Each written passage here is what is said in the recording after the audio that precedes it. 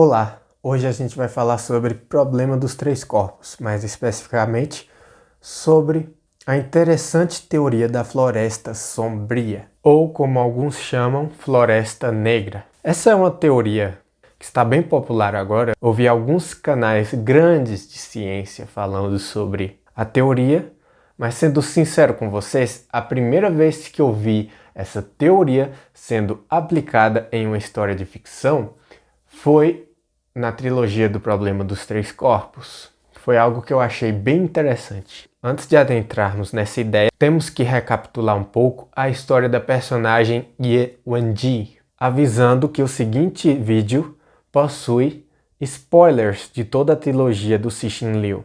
Wenji viveu nos tempos da Revolução Cultural. Viu seu pai ser morto em sua frente pelos guardas vermelhos e depois foi traída por um colega de trabalho, sendo rotulada como reacionária. A pior coisa que você poderia ser nessa época na China de Mao Tse-tung.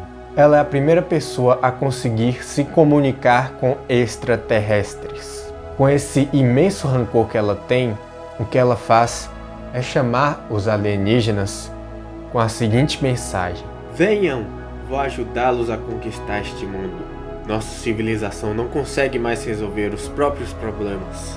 Precisamos que sua força intervenha.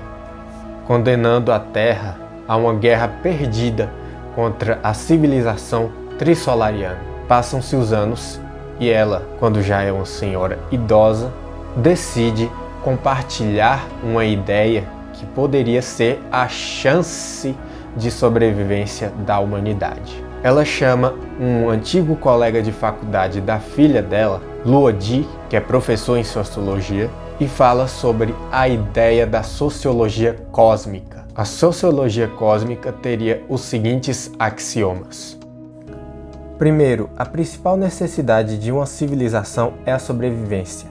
Segundo, a civilização cresce e se expande continuamente, mas a matéria total do universo permanece constante. Uma das ideias principais da sociologia cósmica é a desconfiança em cadeia.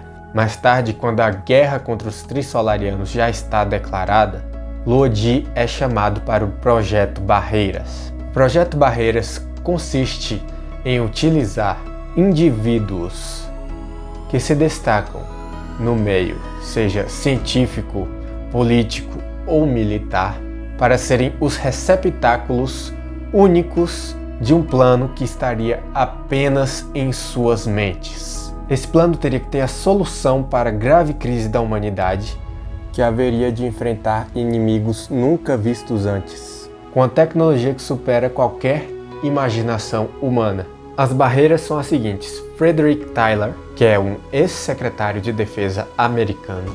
Temos também Manuel Rey Díaz, que é um ex-presidente da Venezuela, que conseguiu derrotar os Estados Unidos em uma guerra, que é inclusive chamada no livro de uma espécie de Segunda Vietnã.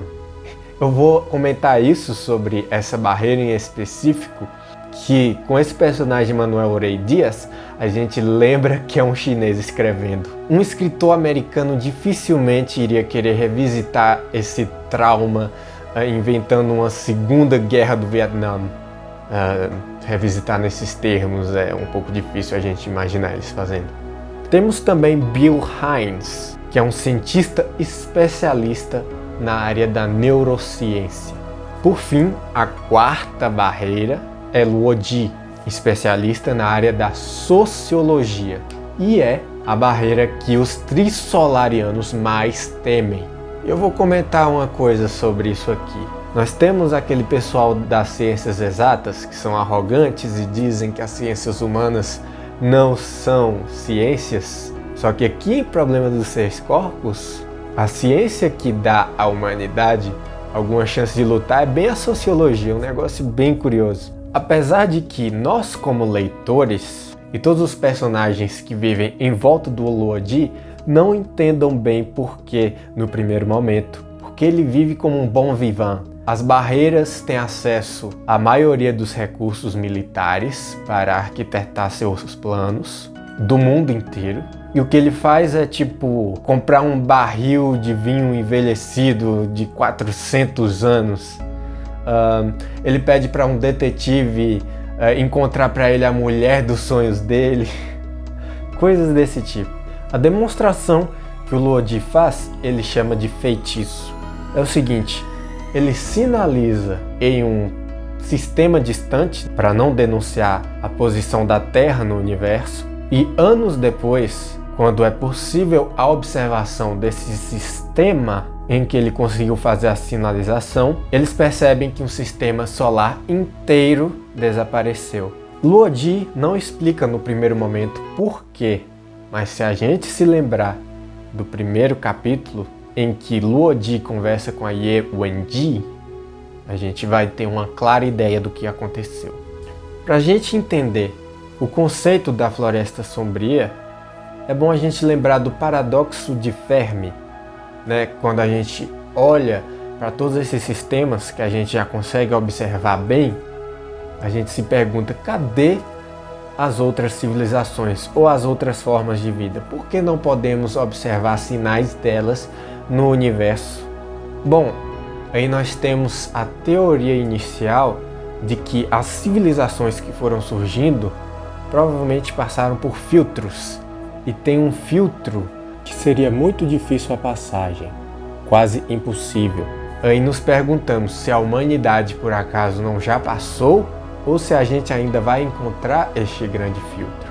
A Floresta Sombria ou a Floresta Negra vem com outra explicação. E se o universo nada mais fosse do que uma floresta sombria? Os alienígenas estão lá, mas eles se escondem na vastidão do universo, na escuridão do universo.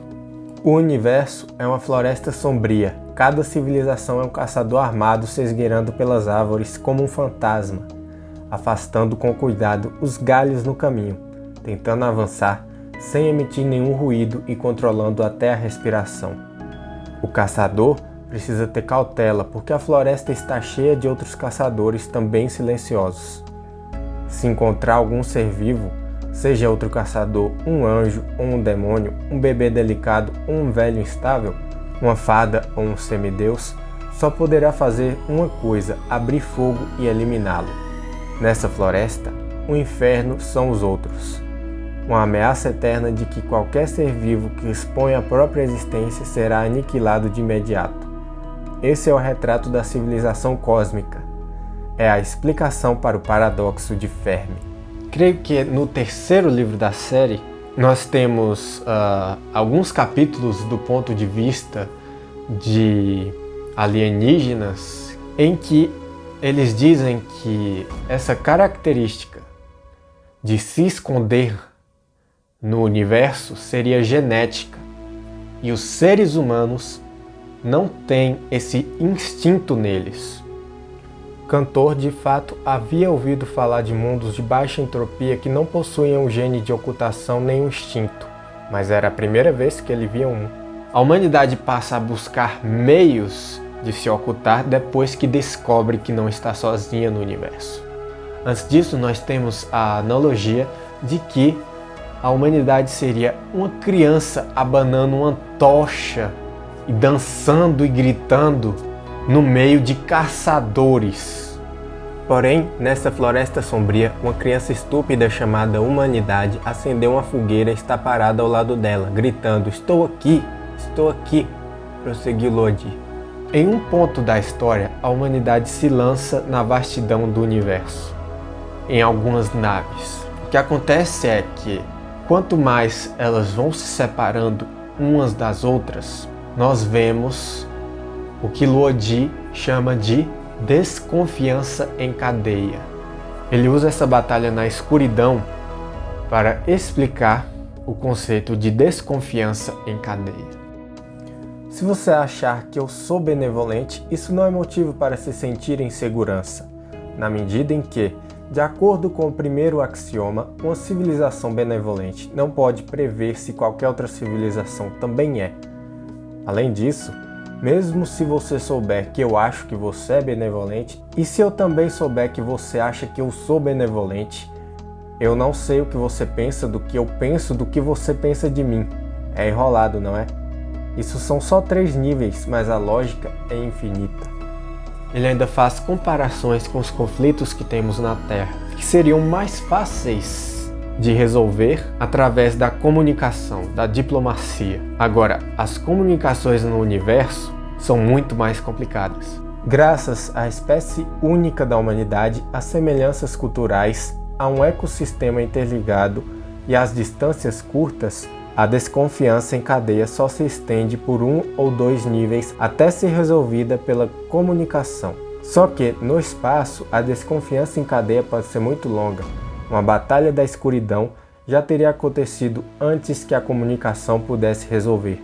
É interessante que essa informação neste mundo é considerada como uma arma de dissuasão, que me lembra um pouco da função que as armas nucleares exercem em nosso mundo. É dito que Luodi, como guardião dessa informação, está sempre em um duelo com os Trissolarianos.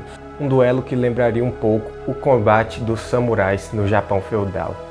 Nessa arena cósmica, ele não lutava com as manobras elaboradas da esgrima chinesa, que mais tendiam para a dança do que para a guerra, e tampouco com os trejeitos da esgrima ocidental, concebida para exibir a habilidade do espadachim, mas com os golpes mortíferos do Kenjutsu japonês. No Japão, as lutas genuínas com espadas geralmente terminavam depois de um embate muito breve que durava no máximo 2 segundos. Então, se você gostou, deixe seu like, inscreva-se no canal caso não tiver feito isso ainda e sinta-se livre para comentar.